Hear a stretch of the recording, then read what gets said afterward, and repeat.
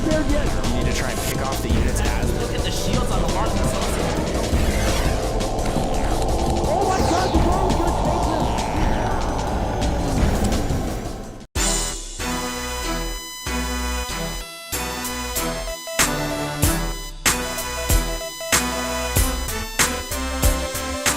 Hey guys, and welcome back. This is Pain User. And this is Cat's Pajamas. And we have another winner's bracket round 1 game for you guys. This is between Evil Geniuses Axslav and Mouse Sports ThorZaIn. ThorZaIn spawning as our blue Terran in the top position, and Axslav spawning as our yellow Protoss in the bottom position. And this is going to be a great game in store for you guys. Two very talented players. You know, ThorZaIn obviously winning the TSL recently, has been on an absolute tear. Didn't have the best showing in the world at MLG, but still did very well. So I'm expecting this to be a great game. Axslav has come leaps and bounds in the last few months. Yeah, absolutely. And I always love bringing up the APM tab right at the beginning of an Axslav game. Always is amusing. You know, Axslav plays very, very low spam APM, just plays high effective APM. One thing to note is I've seen him play in person, and he has very high effective APM. Yes. Everything he does is with purpose. And I think that's so important. But then again, at the end of the day, if you take a Flash with 500 APM, 350 of which is efficient APM, right, and 150 of which is spam APM, and you take an Axslav with a maximum capacity of 90 APM or 100, 110, whatever he's up to now, and say maybe 100 of that is EAPM. Yeah.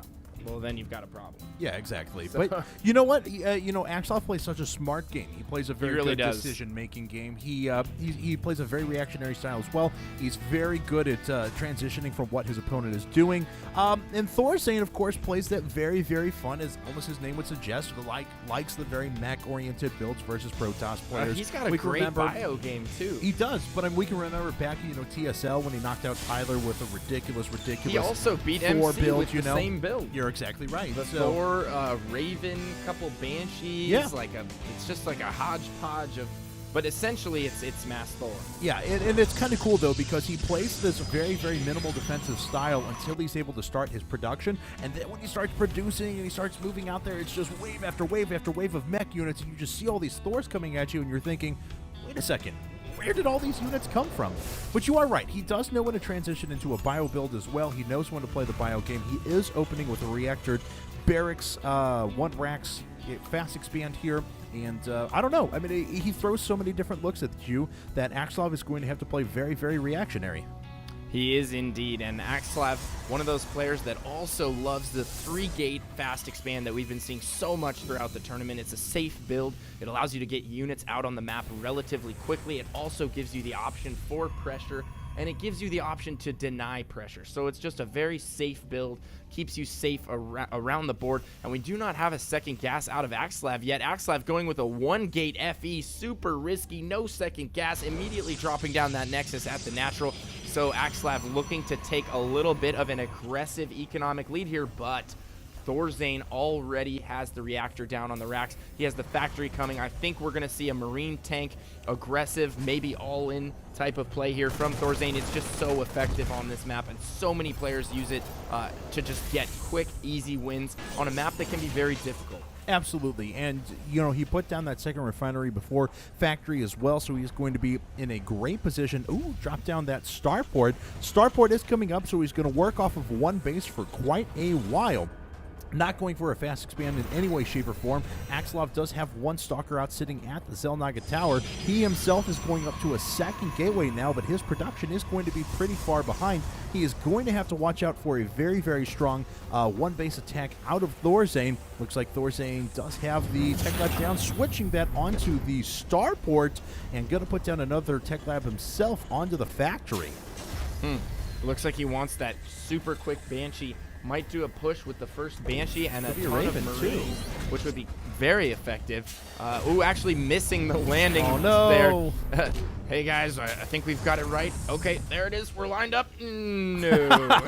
Having to lift off and re-land that if he gets starport. close. I don't think he's going to get close. No. I think he's going to get a tank. Right in the tanks. Yeah, so this is going to be a Marine tank Banshee push. It is such an effective build on this map. It's just absolutely devastating, and I don't think the fact that Axslav has gone with a 1-gate FE and continues not to produce any units is going to help him at all. Axslav is so far behind right now on Army, and, you know, it's getting to the point where this game is really tilting in ThorZaIn's favor, even though nothing has happened yet. Yeah, I mean, if ThorZaIn sits back for a couple of minutes and allows Axslav to just spend, you know, say 3 rounds of warpins in a row or something like that and get a unit out of the robo, he'll be better, but...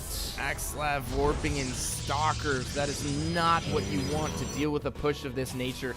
Banshees, tanks, Marines, all so good against stalkers, and he's not getting any sentries either. Sentries and zealots are what you need to deal with a push like this. The Marines are not going to have stim. They're not going to have combat shield. In the event that you can get good force fields off and trap all of those Marines, Zealots and sentries are able to just clean all of that up. You can also clean up the tanks, and the first Banshee going directly into 2 stalkers and a sentry here, going to be warded off immediately. I think that's why he got the first Banshee so quick. Maybe he likes to sneak that in and get a little bit of damage done before the eventual inevitable push. And man, Axslav just wants to save up that 6-gate robo and get that production line before he produces really any units whatsoever, and he is pretty lucky of the fact that ThorZaIn is actually manages to take out a stalker there in the middle, but that ThorZaIn was waiting so long to make this big push. Back over here on Axslav's side of things, he does have a Warp Prism coming up, so nothing that's going to help him out as far as a pure army goes, but he will be able to do some sort of a Zealot counterattack if ThorZaIn moves out and leaves his base undefended. You know, that could actually make a really, really, really big deal. And now Axslav has wind of this. The Observer has spotted the all-in. It is on its way down. He's going to cross the first Xel'Naga tower right here. We have SCVs following up, and they are going to be used to repair these tanks, possibly make some bunkers. The 2 Banshees leading the charge right now. Axslav is going to go head out and greet him in the midfield. I don't think Axslav has enough to make anything happen right now. He's going to be forced back almost immediately, but ThorZaIn taking his sweet time, not sure if he wants to engage just yet, and getting all of his units force fielded back there. Axslav going to kill most of the SCVs. ThorZaIn actually pulling them back with some good control right there, but he does lose one of his 3 Banshees. So we are down a Banshee, and this all-in is slowly losing its potency as Axslav continues to make more units. Yep, and Axslav does have an Immortal out on the field. He has a couple more force fields ready to go to cut this in half if he can, but it doesn't look like he will. ThorZaIn not going to siege himself up, just going to use the higher DPS of the tanks in tank mode. That Immortal wasn't really rallied to do anything at all, and didn't actually kill any units there at the end. ThorZaIn going to make his way up now, has a ton of Marines ready to go. He is reinforcing with a bunch of units as well. The Zealots are going to start making their way in, but this is a lot of lost economy now for Axslav, not even going to be able to take down those tanks. The rest of the Zealots have fallen, and really, honestly, there's nothing to stop this push now out of ThorZaIn. Yeah, very well microed by ThorZaIn right there. Not sieging the tanks. I totally agree with that. Was able to kill that Immortal very quickly, and unsieged tanks tremendously effective against stalkers. And it looks like Axslav's going to try and push with everything he has remaining. Those tanks are going to get taken out by those Zealots. He only has a bunch of Marines remaining, and there are quite a few Zealots out on the ground now for Axslav. It looks like they may be able to clean those Marines up, and there is a single Banshee in the air, and there are no more stalkers left. So Axslav may live through this, but he only has he done anything with that Warp Prism? If he warped in maybe 2 Zealots, oh, and that's too bad. He has the Warp Prism sitting at the natural. If he warped in 2, maybe 3 Zealots at the main right now, ThorZaIn would be in a world of hurt, but Axslav is just struggling to stay alive. Yep, absolutely. ThorZaIn pulling a significant advantage in this game. Axslav's mining is going to be quite far down. Yes, not mining near as much as ThorZaIn is at this moment. ThorZaIn actually going to a second command center as well, so we will be able to expand out of this. It looks like there is a pylon down here at the back right that would allow more units to warp in behind ThorZaIn. ThorZaIn was taking that out for a while, but now has to bring all of his units back because Guardian Shield is down on top of all these units, but it doesn't matter. Axslav's going to lose that force as well. Just down to 1 stalker. This pylon will fall here again in just a second. ThorZaIn can continue to reinforce, continue to expand, and as long as he sits here, Axslav has nowhere to go. Yeah, I couldn't agree with you more. There's nothing Axslav can do at this point. He's fully contained. It looks like he is going to try and send in a few zealots to the main, but he doesn't have the resources to be able to commit enough units to ThorZaIn's main to do the damage necessary to get back in this game. ThorZaIn now bunkering up at the bottom of the ramp, and he does have a command center back at his main, so he is going up to 2 base, and it's only a matter of time now. As long as ThorZaIn maintains this contain, we do have 3 zealots coming into the main with this warp prism, and if he had done this way earlier on in the game, I think he'd be in a much better position. Still going to be able to do quite a bit of damage with it now, but it might be too little too late. And here come the Zealots. They do manage to take down about 2 SCVs right away, but those SCVs are just going to transfer themselves to the next command center. And at the same time, ThorZaIn will just be able to get in a couple of Hellions and pick off all of those Zealots. At the same time, he's setting up a hard contain here outside of Axslav's base, and Axslav really doesn't have the units to deal with that. Although he is creating quite a bit of havoc here at ThorZaIn's main. The SCVs will get the surround on the Zealots and the Stalker. All those units are going down. This Warp Prism will eventually be driven off by the amount of Marines that are here. Yes, and it looks like the Banshees were brought back, and that's going to take down the rest of those units. Axslav is going to be forced away, trying to test the waters here. Has an observer out, knows he can't break that position. Good game. And GG's. Wow, very impressive by ThorZaIn right there. Axslav waiting a little bit too long on the maneuver with the Warp Prism. Yeah. Needed to get those Zealots in there as the push from ThorZaIn hit the midfield. If he could have snuck in there with 3 Zealots, that would have made a world of difference. ThorZaIn wouldn't have had the natural expansion to fall back to with the SCVs. He would have been in so much trouble. But, nonetheless, ThorZaIn taking game 1 very quickly on Xel'Naga Caverns using that patented Reactor Marine Tech Lab port back strat.